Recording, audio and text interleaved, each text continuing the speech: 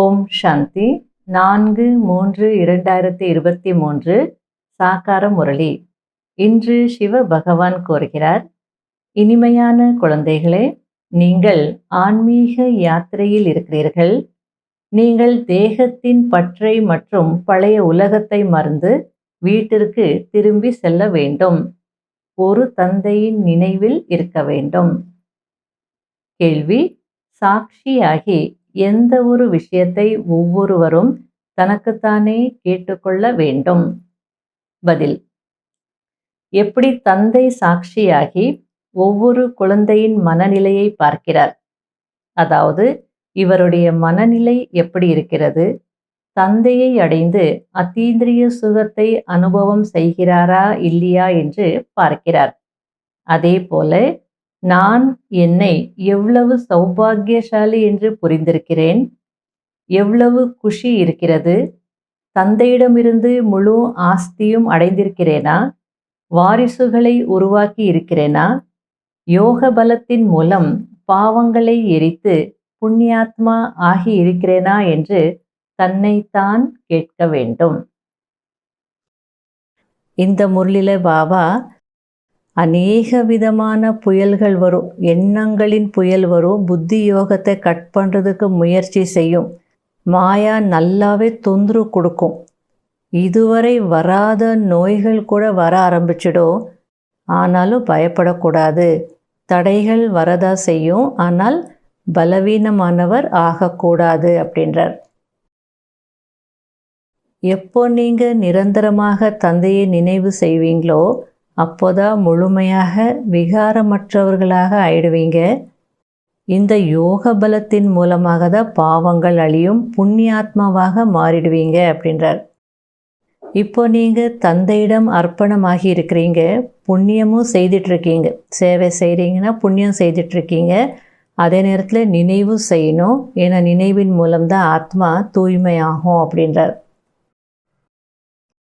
நான் என்னை எவ்வளவு சௌபாகியசாலி என்று உணர்கிறேன், தந்தையின் குழந்தை ஆகியிருக்கிறேன் என்றால் தந்தையிடமிருந்து முழு ஆஸ்தி அடைந்திருக்கிறேனா என்று பார்க்க வேண்டும் அப்படின்றார். சோதனை செய்ய வேண்டும். நான் ஒவ்வொரு கல்பமும் வந்து ஸ்தாபனை செய்கிறேன், இந்த நேரத்தில் தான் நான் வரேன், ஏன்னா நான் கூட ட்ராமாவின் வசத்தில் இருக்கிறேன் அப்படின்றார். இப்பொழுது நீங்கள் சந்தித்திருக்கிறீர்கள் என்றால் கல்ப கல்பமும் சந்தித்து கொண்டே இருப்பீர்கள் என்று பாபா சொல்றார். முரளியின் பாடல்: இரவு பயணிகளை களைப்படையாதீர்கள். ஓம் சாந்தி. எப்படி ஆத்மா சாந்த சுரூபமாக இருக்கிறதோ அதேபோல் பரம்பிதா பரமாத்மாவும் சாந்த சுரூபமானவர் என்பது குழந்தைகளுக்கு புரிய வைக்கப்பட்டிருக்கிறது. ஓம் என்பதின் அர்த்தமும் புரிய வைக்கப்பட்டிருக்கிறது. ஓம் என்றால் நான் ஆத்மா, ஷரீரம் மாயையாகும். சந்நியாசிகள் நானே பிரம்மம் என்று சொல்கிறார்கள். அவர்கள் பிரம்மத்தை ஈஸ்வரன் என்று நினைக்கிறார்கள், படைப்பை மாயை என்று சொல்கிறார்கள். ஆனால் அவை அனைத்தும் ராங் தான். மனிதர்கள் என்னவெல்லாம் செய்கிறார்களோ அவை அனைத்தும் மனிதர்கள் மூலம் கேள்விப்பட்ட விஷயங்களின் ஆதாரத்தில் செய்கிறார்கள். யார் என்ன புரிய வைத்தார்களோ, என்ன பழக்கத்தை ஏற்படுத்தினார்களோ அதன்படி நடக்கிறார்கள். இதுவும் நாடகத்தில் பதிவாகி இருக்கிறது. இப்பொழுது தந்தை ஹே பயணிகளே என்று அழைக்கிறார். எங்கே செல்லும் பயணிகள்? பரந்தாமத்திற்கு செல்லும் பயணிகள். இது ஆத்மாக்களுக்கான ஆன்மீக யாத்திரை ஆகிவிட்டது. ஆத்மாக்கள் வீட்டிற்கு திரும்பி செல்வதற்கான யாத்திரை ஆகும். வழிகாட்டியோ அவசியம் தேவை. திரும்பி அழைத்து செல்வதற்காக இப்பொழுது நான் வந்திருக்கிறேன் என்று தந்தை கூறுகிறார். இது எவ்வளவு ஃபர்ஸ்ட் கிளாஸான யாத்திரை! இதற்காகவே பக்தர்கள் அரைக்கல்பமாக பக்தி செய்து வந்திருக்கிறார்கள். வாருங்கள், வந்து எங்களை உங்களுடைய பரந்தாமத்திற்கு அழைத்து செல்லுங்கள் என்று அழைக்கிறார்கள். உலகாய வழிகாட்டிகள் நிறைய பேர் இருக்கிறார்கள். ஆன்மீக வழிகாட்டி ஒரே ஒருவர்தான். முதலில் அவர் நம்முடைய தந்தை என்ற நம்பிக்கை இருக்க வேண்டும் என்று தந்தை அமர்ந்து புரிய வைக்கிறார். உங்களுடைய புத்தியின் தொடர்பு தந்தையிடம் செல்ல வேண்டும். ஆத்மா அழிவற்றது. அந்த அழிவற்ற ஆத்மாவில் 84 பிறவைகளின் நடிப்பு பதிவாகி இருக்கிறது. பரம ஆத்மாவிலும் கூட நடிப்பு பதிவாகி இருக்கிறது. இதற்கு நாடகத்தின் விதி என்று சொல்லப்படுகிறது. பரமாத்மாவை விட நடிகர்களாகிய உங்களுக்கு அதிகமான நடிப்பு இருக்கிறது. அவர் கிரியேட்டர், டைரக்டர் ஆவார். தேவி தேவதைகள் ஆகக்கூடிய உங்களுக்கு அனைவரையும் விட அதிகமான பாகம் இருக்கிறது. ஆதியிலிருந்து கடைசி வரை உங்களுடைய பாகம் இருக்கிறது. சத்யுக திரேதாயுகத்திலோ தந்தையின் பார்ட் இல்லை. அங்கு பாபாவுக்கு செய்ய வேண்டியது எதுவும் இல்லை. இந்த சமயம் நான் நிறைய சேவை செய்கிறேன். குழந்தைகளாகிய உங்களையும் பக்தர்களையும் மகிழ்விக்க வேண்டி இருக்கிறது. பக்தர்களுக்கு காட்சி கிடைக்கிறது என்றால் நாங்கள் ஈஸ்வரனை அடைந்து விட்டோம் என்று அவர்கள் நினைக்கிறார்கள். அது பக்தர்களின் மாலை. இது ருத்ர மாலை. ஞான மாலையில் பக்தி இல்லை. அவர்களோ ஞான கடலிடமிருந்து ஞானத்தை தாரணை செய்து பக்தர்களையும் கூட விடுவிக்கிறார்கள். அவர்களுடையதுதான் பிறகு ருத்ரமாலை ஆகிறது. அதாவது பாபா என்ன சொல்ல வரார் அப்படின்னா, பரமாத்மாவை விட தேவி தேவதைகளுக்கு தான் அதிகமான பார்ட் இருக்குது. ஆதியிலிருந்து கடைசி வரைக்கும் அவங்களுக்கு பார்ட் இருக்குது. எனக்கு சத்தியுகத்தில் திரேதாயுகத்தில் எந்த பார்ட்டும் இல்லை. ஆனால் இந்த நேரத்தில் நான் நிறைய சேவை செய்கிறேன் அப்படின்றார். பக்தர்களையும் குழந்தைகளையும் மகிழ்விக்க வேண்டி இருக்கிறது. பக்தர்களுக்கு காட்சி கொடுத்தா போதும், அவங்க ஈஸ்வரனையே அடைஞ்சிட்டோம் அப்படின்னு நினைப்பாங்க. அது பக்தர்களின் மாலை. இது ருத்ர மாலை அப்படின்றார். மற்றபடி ஞான மாலையில் பக்தி கிடையாது.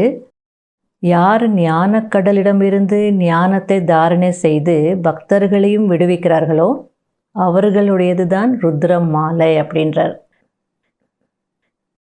நாம் ஆன்மீக யாத்திரையில் இருக்கிறோம் என்பதை இப்பொழுது குழந்தைகளாகிய நீங்கள் புரிந்திருக்கிறீர்கள். இல்லறத்தில் இருந்து கொண்டே நினைவை அதிகரிக்க வேண்டும். பாபா மிகவும் இனிமையானவர் அல்லவா? முதலில் நான் ஆத்மா, ஷரீரம் அல்ல என்ற நம்பிக்கை இருக்க வேண்டும். இந்த தேகத்தின் பற்றை மறக்க வேண்டும். பழைய உலகத்தை விட வேண்டும்.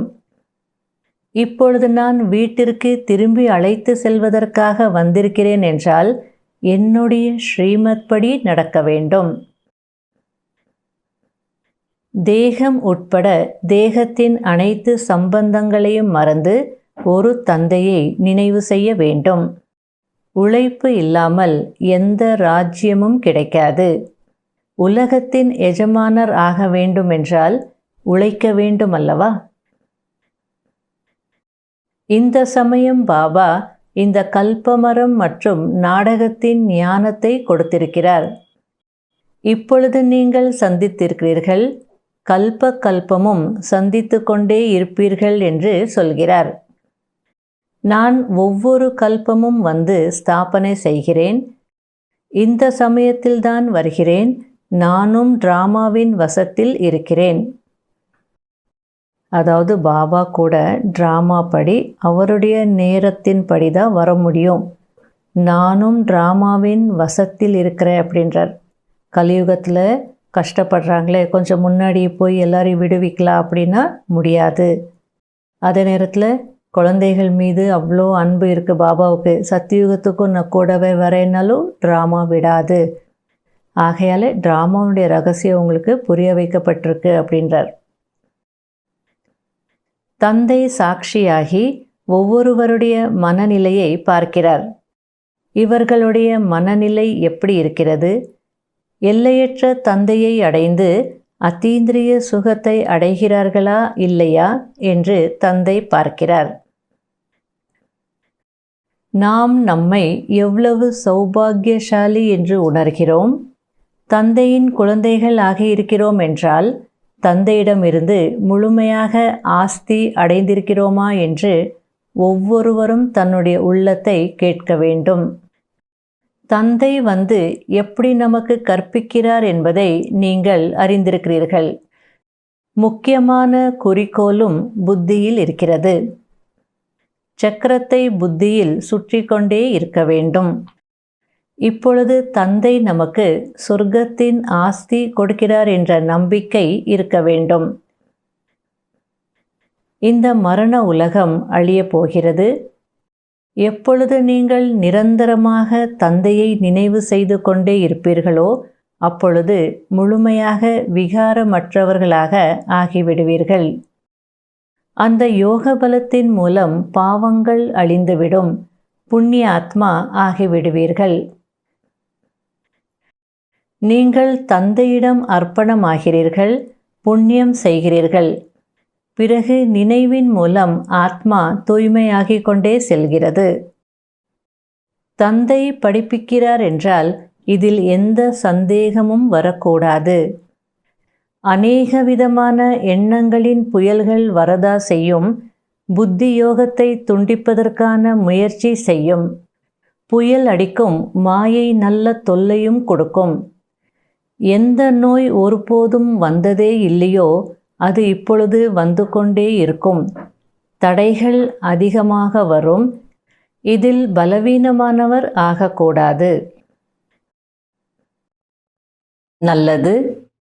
இனிமையிலும் இனிமையான காணாமல் போய் கண்டெடுக்கப்பட்ட செல்ல குழந்தைகளுக்கு மாத் பிதா பாப் தாதாவின் அன்பு நினைவுகள் மற்றும் காலை வணக்கம். ஆன்மீக குழந்தைகளுக்கு ஆன்மீக தந்தையின் நமஸ்காரம். கடைபிடிக்க வேண்டிய முக்கியமான சாராம்சம். முதல் பாயிண்ட், தந்தை என்ன ஃபர்ஸ்ட் கிளாஸ் யாத்திரையை கற்பித்திருக்கிறாரோ அந்த ஆன்மீக யாத்திரையில் இருக்க வேண்டும். ஸ்ரீமத் படி தேகம் உட்பட அனைத்தையும் மறக்க வேண்டும். ரெண்டாவது பாயிண்ட், மாயையின் புயல்களில் ஒருபோதும் பலவீனமானவர் அல்லது சந்தேக புத்தியுடையவர் ஆகக்கூடாது. எந்த விஷயத்திலும் குழப்பம் அடையக்கூடாது. வரதானம், சதா நிறைந்த தன்மையின் அனுபவத்தின் மூலம் வளைவான பாதையை நேரானதாக ஆக்கக்கூடிய சக்தி அவதாரம் ஆகுங்கள். சதா சக்திகளின், குணங்களின், ஞானத்தின், குஷியின் பொக்கிஷங்களில் நிறைந்து இருந்தீர்கள் என்றால் நிறைந்த தன்மையின் போதையினால் வளைவான பாதையும் கூட நேரானதாக ஆகிவிடும். ஒருவேளை காலியாக இருந்தீர்கள் என்றால் பள்ளம் உருவாகிவிடும்.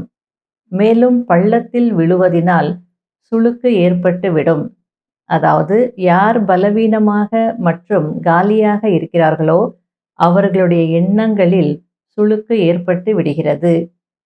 சக்தி அவதாரம் என்றால் வளைவுகளை நேரானதாக ஆக்குவதற்கான கான்ட்ராக்ட், அதாவது ஒப்பந்தம் எடுத்தவர் என்று அர்த்தம். இப்படி கான்ட்ராக்ட் எடுத்திருப்பவர்கள் இந்த பாதை வளைந்திருக்கிறது என்று சொல்ல மாட்டார்கள். ஒருவேளை யாராவது விழுகிறார்கள் என்றால் கவனம் குறைவாக இருக்கிறது அல்லது புத்தி நிறைவாக இல்லை என்று அர்த்தம். ஸ்லோகன், ஆன்மீக தன்மையை தாரணை செய்யக்கூடியவர்கள்தான் ஆன்மீக ரோஜா மலர் ஆவார்கள். ஓம் சாந்தி. இன்றைய அவ்யக்த சமிகை. சேமிப்பு கணக்கை மிகவும் சகஜமாக அதிகரிப்பதற்கான கோல்டன் சாவி என்னவென்றால், சேவை செய்யும் போது தனக்குள் நிமித்த பாவத்தின் நினைவு, பணிவான பாவம், சுபபாவம், ஆன்மீக ஸ்நேகத்தின் பாவம் இருக்க வேண்டும். ஒருவேளை இந்த பாவங்களின் நிலையில் நிலைத்திருந்து சேவை செய்தீர்கள் என்றால் அப்போது அதன் மூலம் ஆத்மாக்களின் பாவனைகள் பூர்த்தியாகிவிடும். அதாவது சேமிப்பு கணக்கை ரொம்ப ஈஸியாக அதிகரிக்கணும்னா அதுக்கான கோல்டன் சாவி பாபா கொடுத்துருக்கிறார். அது என்ன அப்படின்னா, சேவை செய்யும்போது நம்முடைய நோக்கம் எப்படிப்பட்டது அப்படின்றது மட்டும் செக் பண்ணணும். நான் நிமித்தம் என்ற உணர்வு இருக்கா, பணிவாக நான் செய்கிறேனா, சுபபாவம் இருக்கா, ஆன்மீக ஸ்நேகத்தோடு செய்கிறேனா, உள்ளுக்குள் இந்த மாதிரியான உணர்வுகள் இருந்ததுன்னா அல்லது இந்த நோக்கத்தோடு நீங்கள் சேவை செய்தீங்க அப்படின்னா ஆத்மாக்களின் பாவனைகள் பூர்த்தி ஆயிடும் அப்படின்றார். அப்போ நம்முடைய சேமிப்பு கணக்கு அதிகமாகும்.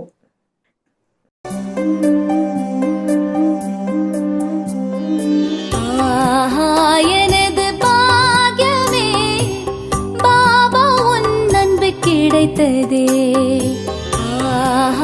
எனது பாக்யமே, பாபா உன் அன்பு கிடைத்ததே.